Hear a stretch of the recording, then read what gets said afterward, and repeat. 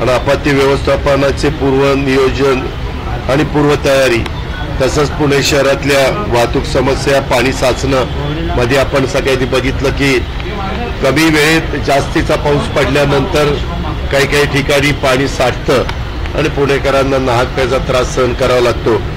त्याच्याबद्दलचा आढावा घेणं आणि कात्रज ते रावेत पुणे येथील राष्ट्रीय महामार्ग क्रमांक 4 या वाहतुकीच्या कोंडीच्या बद्दलचा पण काही त्यांनी मध्ये त्यांना सांगितलेलं होतं की काय मार्ग काढायचा। जसं आपण इकडं विद्यापीठाकडे जात असताना कुठं वनवे केले, काही त्रास होतोय पुणेकरांना, पण किमान वाहतूक सतत स्लो का होईना चालू राहते अशा पद्धतीनं।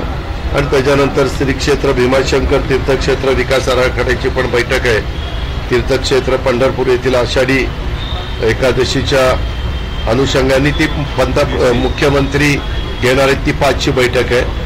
आणि नंतर मी जनाई, सिरसाई, पुरंदर या उपसा सिंचन योजनेच्या बद्दलचे पण काही निर्णय घेतलेले आहेत, त्याच्याबद्दलची पण बैठक आहे। अशा पद्धतीने दिवसभर त्या बैठका होतील। निम्म्या बैठका आता झालेल्या आहेत, पुढच्या पण 2:30 ते रात्री 7:30, 8, 8:30 काय असतील त्या पद्धतीने होतील। दादा, नाफेडचे अधिकार काढून घेतलेत केंद्र सरकारनं आणि कांद्याचे भाव किंवा निर्यात या सगळ्या गोष्टी वाणिज्य मंत्रालयाकडून ठरवल्या जातील असं सांगितलं जातं। येत्या निवडणुकीत त्याचे फार परिणाम पाहायला लागले होते, हे उत्तम असेल का?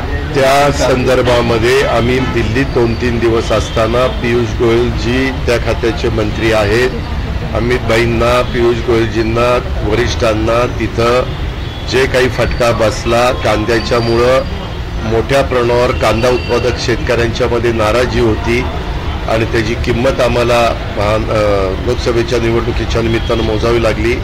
आम्ही त्यामध्ये सारखं सांगत होतो की बाबा उत्पादकालाही परवडावं आणि ग्राहकालाही परवडावं। शेवटी उत्पादकाला जर तोटा झाला तर उत्पादक मग कांदाच तयार करणार नाही आणि ग्राहक आणि उत्पादक दोघांचं समन्वय साधायचं काम करावं, अशा प्रकारे आमची सारखी मागणी होती।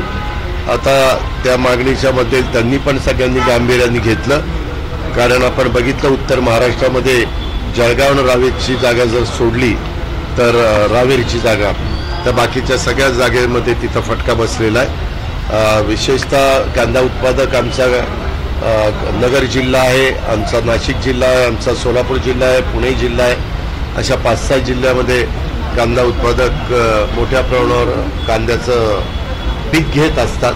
त्याच्यामुळं